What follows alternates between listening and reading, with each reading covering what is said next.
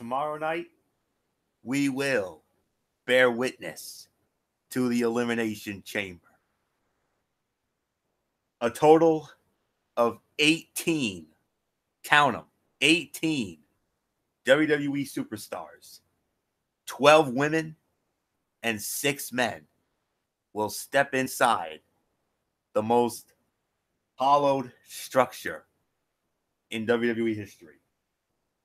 2 miles of chains, 10 tons of unforgiving steel, the most punishing environment for any professional athlete to step into.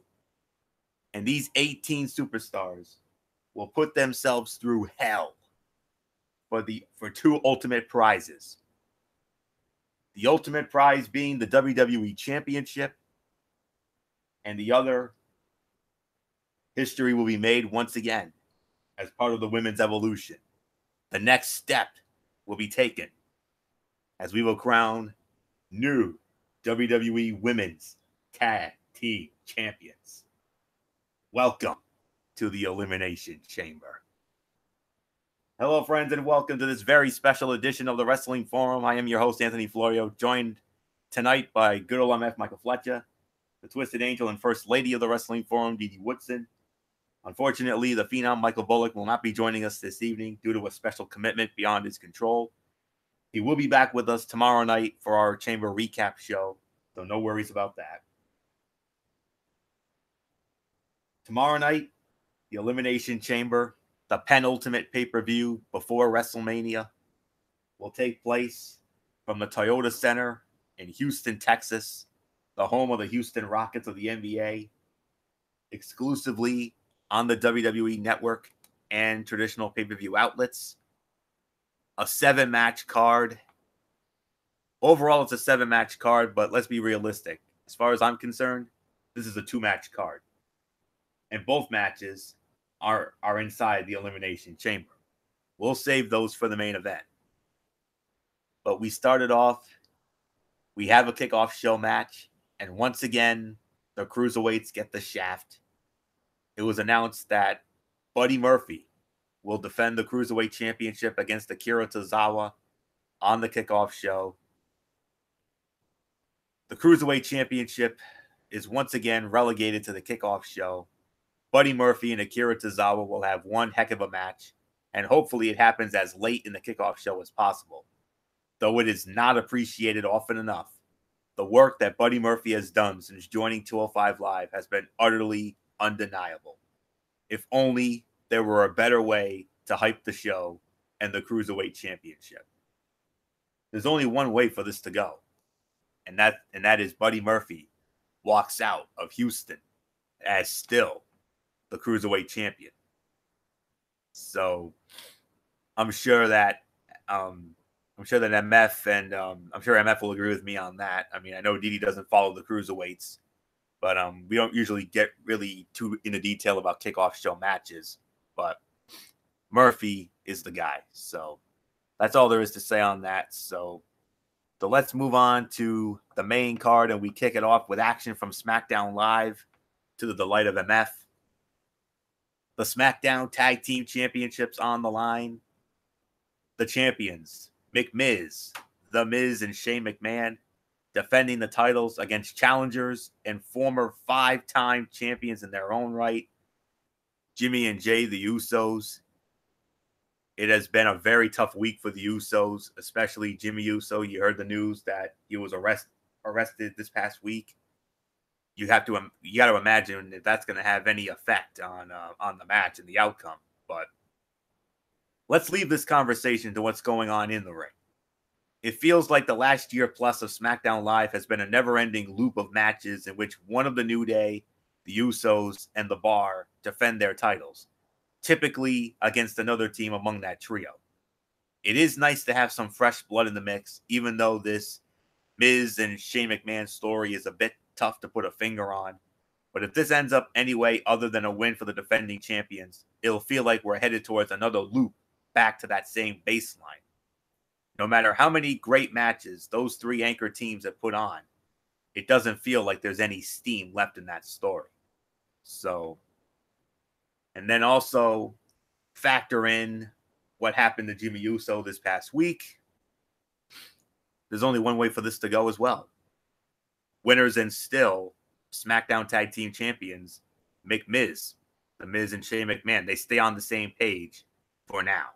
So nothing really more to say on this. Good old MF Michael Fletcher, come on in. Our port authority on all things SmackDown Live. And tough week for the Usos. I'm sure you heard the news about Jimmy Uso this past week. So it's got to factor into the outcome. It does have to factor into the outcome, no doubt about it. And I do agree with you, Anthony. I do have McMiz successfully defending the titles, even though I think going into it, I think we all were thinking that maybe this would be the moment where The Miz and Shane McMahon loses, because there was a rumored about maybe The Miz and Shane McMahon fighting at WrestleMania. But with the news that happened recently with the Usos, with Jimmy Uso, and now there's even talk that Jimmy and Naomi are trying to get fired by WWE. I guess they want to get out of their contracts. I don't know why, but at the end of the day, yeah, I do agree. I do believe McMiz should win the match and successfully defend the title. So nothing more to say. Didi Woodson, it's all yours, my dear. Yeah, I'm going to agree to go with the McMiz winning the title. So, not much more I'm going to say about it. Toss it to you. All right, let's go into our next match on this card. We go to action from Monday Night Raw, a no disqualification match. Baron Corbin squaring off against the monster among men, Braun Strowman. So, MF, we started with you. This never-ending rivalry between Strowman and Corbin has been going on for several months over on Monday Night Raw. No DQ. Who gets the edge here?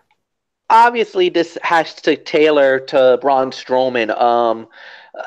This was really thrown last minute. I don't think there was any hype, any build to this fight at all. I'm sorry, Anthony. I'm going to call this the worst fight of the night going in. And I just think this is going to be Strowman just squashing him again. So, no, I got Braun Strowman winning the match. I got really nothing more to say. Didi, it's yours. Yeah, I agree. Braun Strowman's going to walk away with this one. So, Florio, it's yours. Braun Strowman has had the Money in the Bank briefcase, a good number of title shots, and another that slipped through his fingers because of questionable decision-making leading into the Royal Rumble pay-per-view. It feels like Strowman should have been Universal Champion by this point. And while he still has a strong connection to the crowd, it feels like the highest point of the wave may have already crested. Strowman is in need of a major shot in the arm, and no matter how well Baron Corbin commands the ear of any crowd in the world, this match is not it. It's very likely that Drew McIntyre, who otherwise doesn't have a spot on this card, will get involved here. If this path leads toward a true one-on-one rivalry between the two giants, then this match is worth it. If the future contains a muddy way forward with Corbin staying in the picture, it'll just feel like more of the same in terms of what we've gotten on Raw for far too long a stretch. I'm gonna go with Braun Strowman to win this match. Drew McIntyre can't do enough to help Baron Corbin win, but McIntyre, I think, ultimately will get the last laugh, and maybe it'll lead to a Strowman and McIntyre bout at WrestleMania, which I think could be a potential sleeper fight of the night candidate. So I'm going with the monster among men in that one. Staying with Monday Night Raw, 2-on-1 handicap match. Yes, this is straight up TNA style booking here. A 2-on-1 handicap match for the Intercontinental Heavyweight Championship. The champion, the almighty Bobby Lashley, will be teaming up with his hype man, or as Didi Woodson likes to call him, the little idiot, Lio Rush. And they're going to defend the Intercontinental Heavyweight Championship against the extraordinary man who can do extraordinary things. James Dean Cool, John Wayne Tough, Finn Balor. Didi Woodson, I mean, here comes another Raw match. I rather would have had Lashley and Balor one-on-one, but I think they're going to be saving that for Mania. I would have rather had Balor and Lashley one-on-one as well than having the idiot in the middle of this, but it is what it is. As much as I'd like to say that Finn Balor is going to win this, it has to be in favor more of Lashley and Rush, because the only way Balor's going to win this is he's going to have to take out Lashley so he can pin Rush.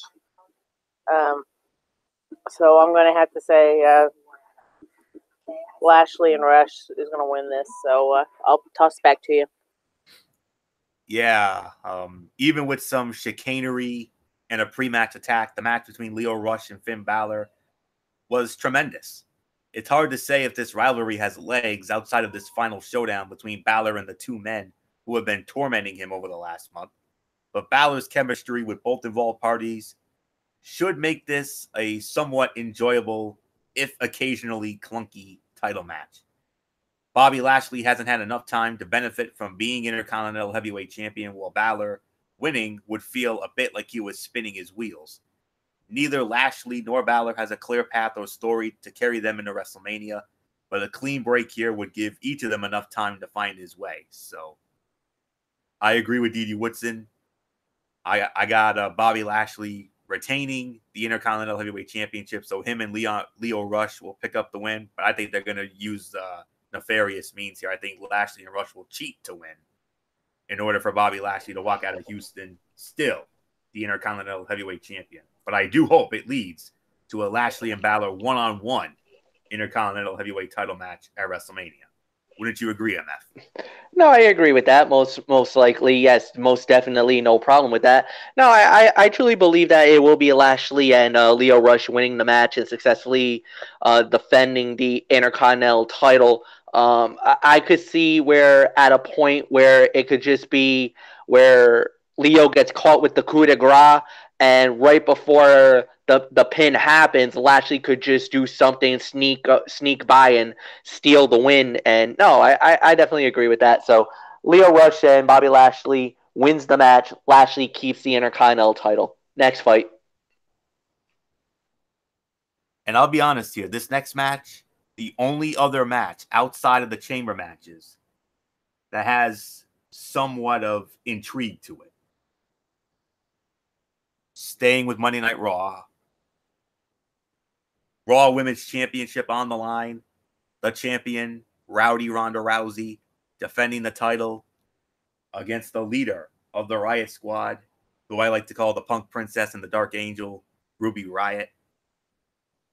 The WrestleMania promotion is already in full swing, which started with lots of imagery of Becky Lynch and Ronda Rousey and transitioned into Rousey and Charlotte Flair.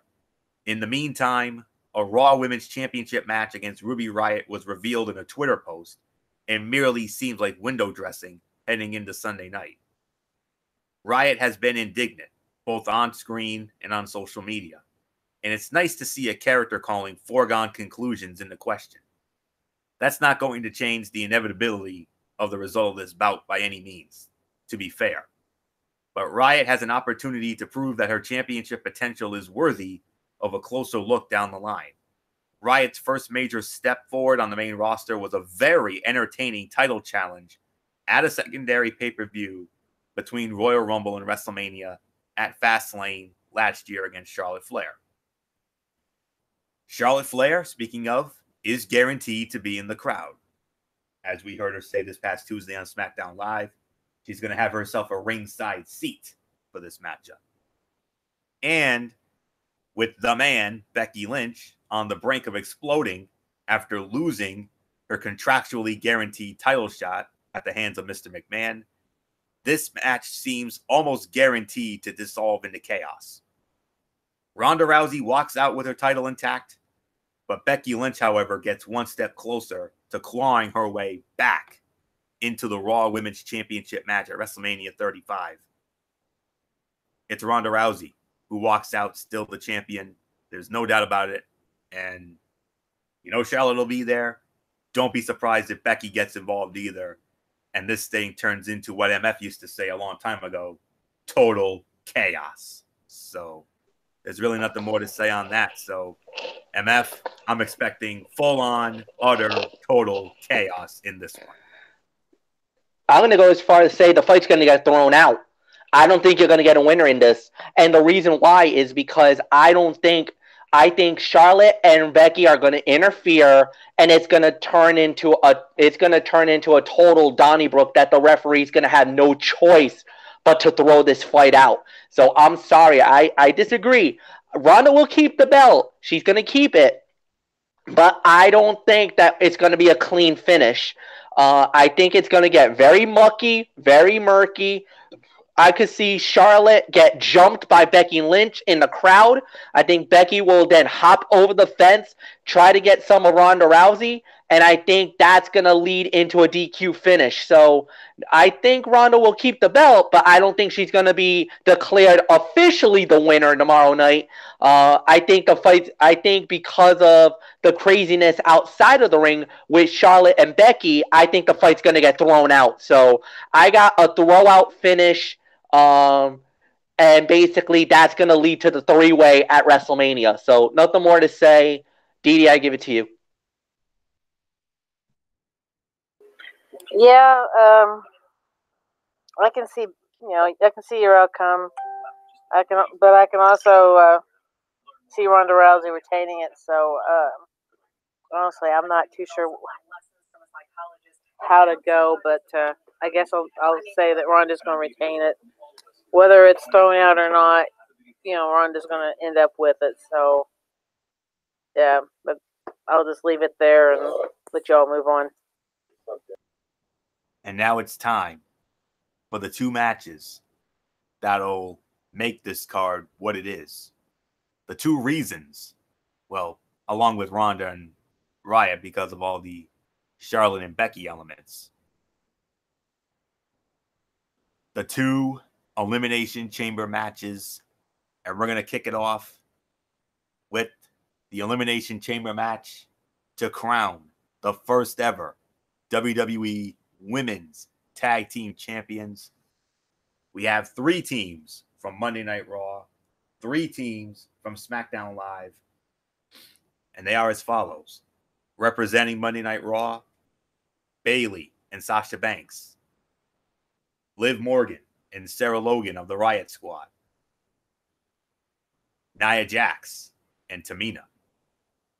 And representing SmackDown Live, Billie Kay and Peyton Royce, the Iconics, the newly named Fire and Desire, Mandy Rose and Sonya Deville, and the randomly thrown together tag team of Carmella and Naomi.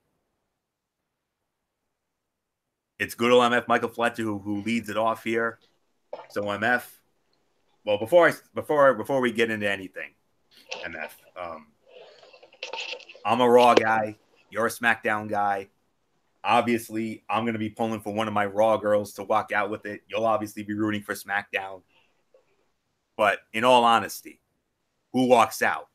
The inaugural WWE Women's Tag Team Champions. First time we've had this in probably over 30 years since we had the then ladies tag team championships with the likes of the Glamour Girls and the Jumping Bomb Angels. Well, the way I feel about this fight, it goes like this. I do believe that obviously the betting line is that it's going to be Sasha and Bayley. Everybody's thinking it's going to be them. Everybody's pretty much predicting it's going to be them as the first tag team champions. Granted, I'll say fair enough. The only other team that I could think of that could win it all is from SmackDown Live, and I believe it'll be the Iconics.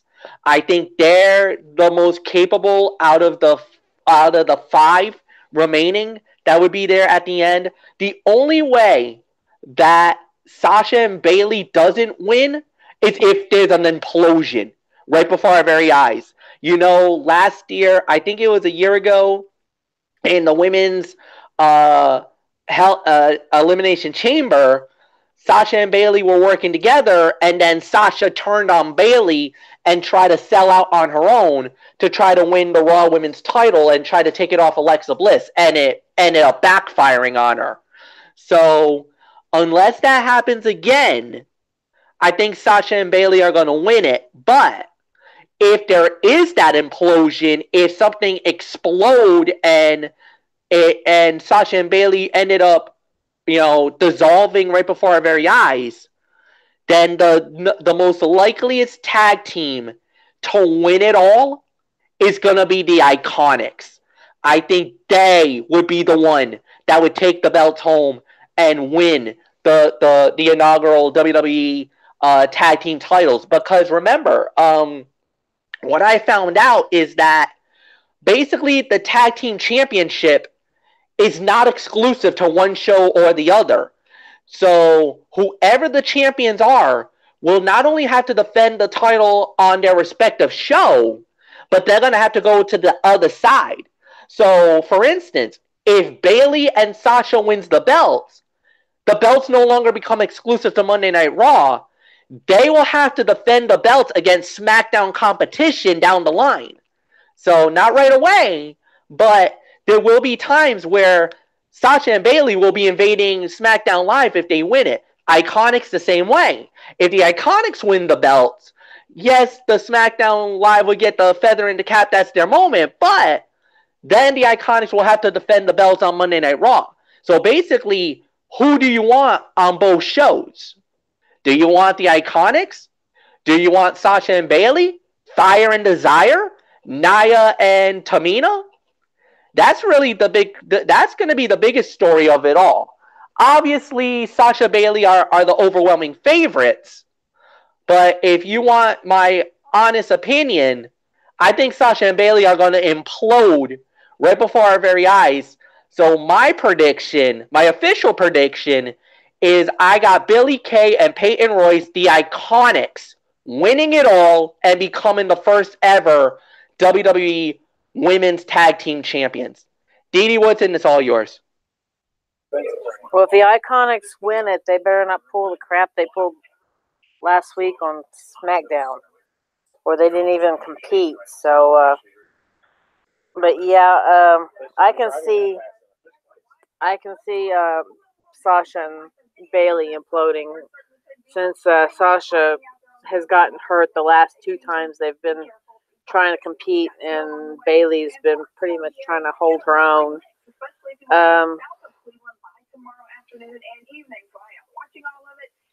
And as for, a second pick for Raw, I guess you'd have to say it would be Nia and Tamina, because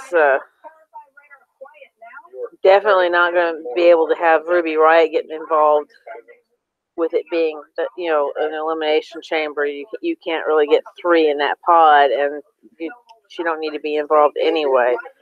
But I could see the Iconics winning it if they actually get involved in a match and not hiding in their pod like we've seen a lot of people do, and like they pretty much did last week on the SmackDown. So I guess my pick I'll go ahead and agree with Fletch, but these 2 girls better not pull the same stunt where they just sit there and don't do anything until the whole thing's over with. So we'll see what happens. So Florio, it's yours.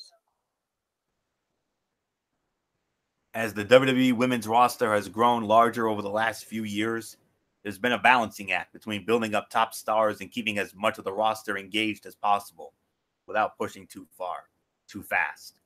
It's been a strain at times, with the Raw or SmackDown Women's Championships, and sometimes both, tied up between 2 women and everyone else left to fight for airtime. With the most recent wave of additions to Raw and SmackDown, the timing of this introduction of Women's Tag Team Championships feels right.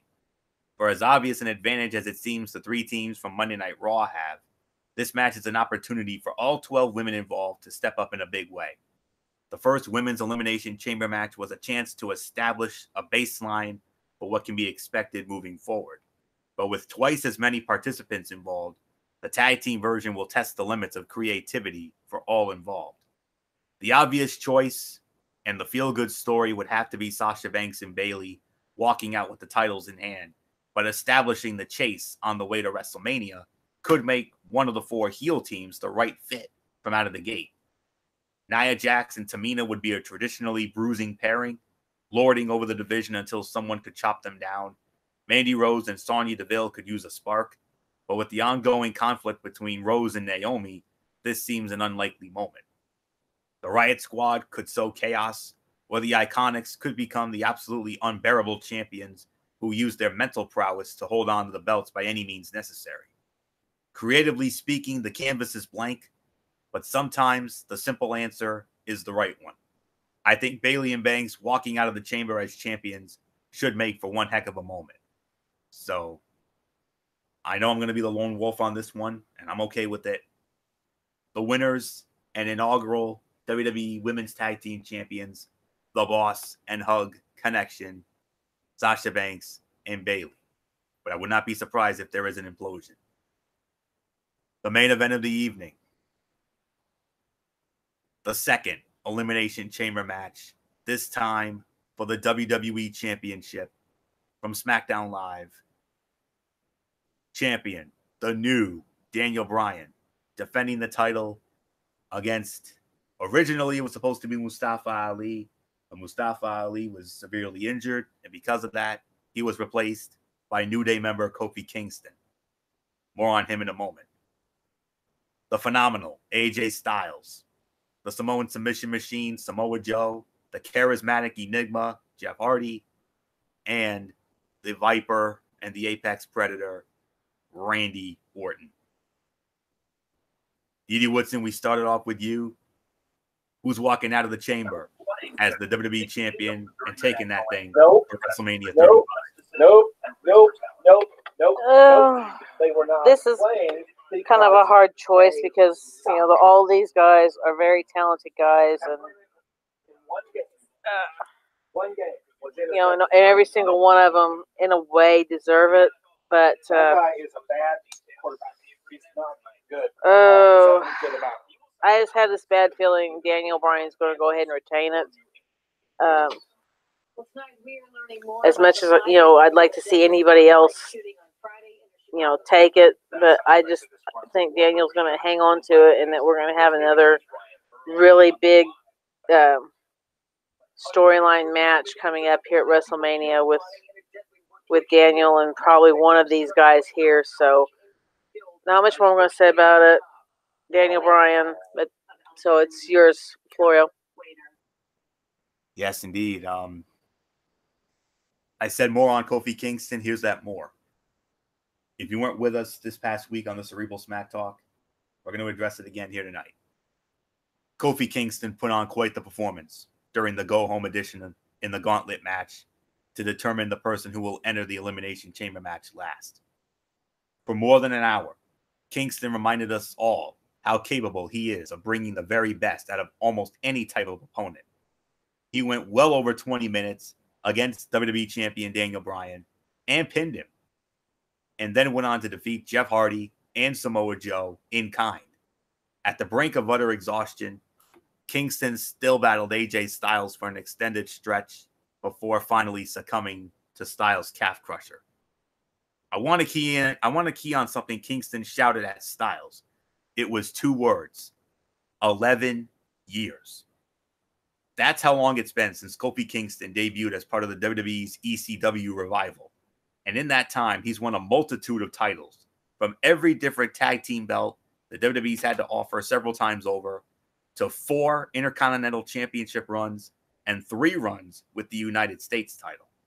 But in those 11 years, Kingston has had a grand total of 3 World Championship matches: the 2016 Royal Rumble and Elimination Chamber matches in 2010 and 2012.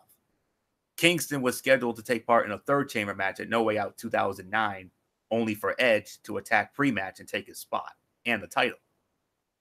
There were other points in late 2009 during which it seemed that Kingston was ready to take a leap to that final level during a rivalry with Randy Orton, but it never fully clicked into place because of Orton and his backstage politics. Kingston has enjoyed the most successful run of his career over the last 4+ years with the New Day. But this WWE Championship match is a chance for him to prove what he can do alone when the spotlight is at its brightest. It's hard not to be gutted for Mustafa Ali, who saw his chance in this match slip away due to injury. But Kingston stepping in is a silver lining. At the age of 37, it's hard not to look at Kingston's career and say he's done everything but climb the final peak. Whether or not he can do so on Sunday, or tomorrow rather, is a different matter entirely. There's been a groundswell of support since Kingston's performance on Tuesday, and Big E and Xavier Woods have been vociferous cheerleaders for world champion Kofi Kingston for quite some time. in looking at the big picture, Kingston versus Bryan on the way to WrestleMania 35 would seem an unusual direction to go in, but anything can happen, and Kingston is far from the longest shot. It would seem rather premature for Bryan to drop the title having just redesigned the belt in his image, but it could theoretically be a case of misdirection in order to make a title change less expected. Jeff Hardy seems unlikely as to walk out of Houston with the win, and an Orton win would set up a rehash of Bryan versus Orton with two villainous personas in play. And that wouldn't really seem to move the needle. Kingston would be a fan favorite move, but short on narrative, and that leaves just two realistic candidates. On the surface, Samoa Joe winning the Elimination Chamber match seems a little bit tough to envision, but there's a caveat. If there's some type of unclear or disputed finish, especially if AJ Styles is involved, there's enough history and story to try to steer toward a triple threat WWE Championship match. The potential of two triple threat title matches on one WrestleMania card seems a bit of a stretch, to be fair, but with the ballooning size of the WWE roster, it's more likely now than it's ever been. Ultimately, it feels like there's unresolved tension between Bryan and Styles, and that seems the likeliest direction for the biggest show of the year. Rather than the unsatisfying endings to rivalries Styles has had with Shinsuke Nakamura and Samoa Joe over the last year, WrestleMania feels like a fitting place to bring a rivalry for the ages to an end with a tremendous match. This match will come down to the two rivals, and Bryan will find a way to snake out a victory, whether it's Rowan or a new compatriot who comes into play. So with all that said, the winner, and still the WWE Champion, the new Daniel Bryan, he retains by last defeating AJ Styles with a little help from his friends. And don't count out Samoa Joe being involved either. So the new Daniel Bryan, still the WWE Champion. So with all that, major breaking news from Didi Woodson. Whoa, okay. We're going to have to get into that a little bit later. So nothing more to say here. So MF, your thoughts on this second chamber match from SmackDown Live? Well, I'm going to say this. It's going to be a thrilling matchup, no doubt about it. It's going to be an incredible match, to say the very least, and it's going to be one for the ages, as you were always pertain to, Anthony, as it pertains to the Elimination Chamber. But I do agree. I think Daniel Bryan's going to win the match. I think he'll successfully defend the title. But I do believe Kofi Kingston will continue the big run. I think he's going to get the Santino Marella push, which is Kofi makes it to the final two, battling it out with Daniel Bryan, having a moment where we think he's going to win the title, but then ultimately I think Daniel Bryan will find a way to win and successfully defend the WWE Championship. So I got Daniel Bryan winning as well, but I got Kofi Kingston as the final man to battle it out at the end. So nothing more to say. Anthony, it's all yours. Yes, and we have some breaking news that Didi Woodson has just shared with us. Charlotte Flair has re-injured Becky Lynch's knee after Becky jumped the barricade at a live event in Alexandria, Virginia. It was posted on WWE's Twitter page. I just went there, and it is confirmed. It is there. So we'll definitely keep an eye out on this and see what happens if it affects tomorrow night. So, yeah. So let's be honestly realistic here. The last pay-per-view we had, the Royal Rumble, we were very excited about the Rumble because, the Rumble was a very stacked card from top to bottom. And, we had a reason to be excited about it. This time around, I can honestly say the excitement level has definitely gone down, if I'm going to be honest. Like I said, it's a guaranteed two-match card, and both matches are inside the chamber. Those are the matches that are going to make or break this card. I don't think it's going to be an overwhelming success like the Rumble was. But I'm looking at somewhere between a 6 to 6.5. I mean, the other matches just aren't really exciting. I mean, the Cruiserweight match is on the kickoff show, for goodness sakes. We'll see about McMiz and the Usos. That could be a sleeper fight candidate. Maybe. We'll see. Strowman and Corbin doesn't excite me, even though it's no DQ. The Intercontinental and the Handicap, I mean, that's TNA-style booking right there. Like I said, the only other match, other than the chamber matches, that has any real intrigue whatsoever is Ronda and Ruby Riott, only because of the potential for Charlotte Flair. And who knows, maybe Becky could still get involved. You don't know. We'll have to wait and see. But I'm looking at a 6 to 6.5. I'm sure maybe MF and Didi agree with me on that. So I'm just gonna put the bow on this. So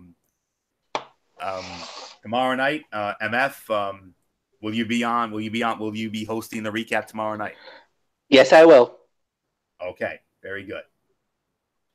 Yep. So that's I just wanted to be sure on that. We'll next be with you tomorrow night over on MF's channel, Brace Fan 95, as we will immediately following the pay-per-view, as we will have our Elimination Chamber recap show. The three of us will be there. Michael Bullock will be there as well. He confirmed to me that he'll be on that tomorrow night. And then, of course, Monday night, we got Ridiculously Raw, all the fallout from the Raw side of the chamber, my recaps of 205 Live and Impact Wrestling, and then Tuesday, the Cerebral Smack Talk with MF over on Brace Fan 95 again.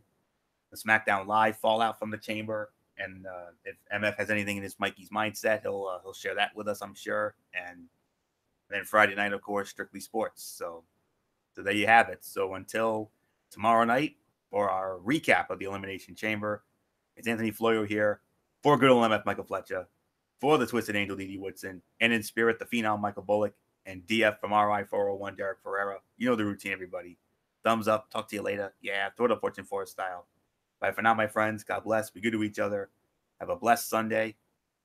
And until our chamber recap tomorrow night with MF on Brace Fan 95, you've been watching this special edition of the Wrestling Forum, our 2019 Elimination Chamber preview show, right here on the Tone 25 and YouTube.com. And remember, no matter what anyone tells you, and especially with all the news that came out today, wrestling is indeed actually real. For everybody who's been a part of this one, for now, Anthony Floyo, so long, and bye, everybody, bye.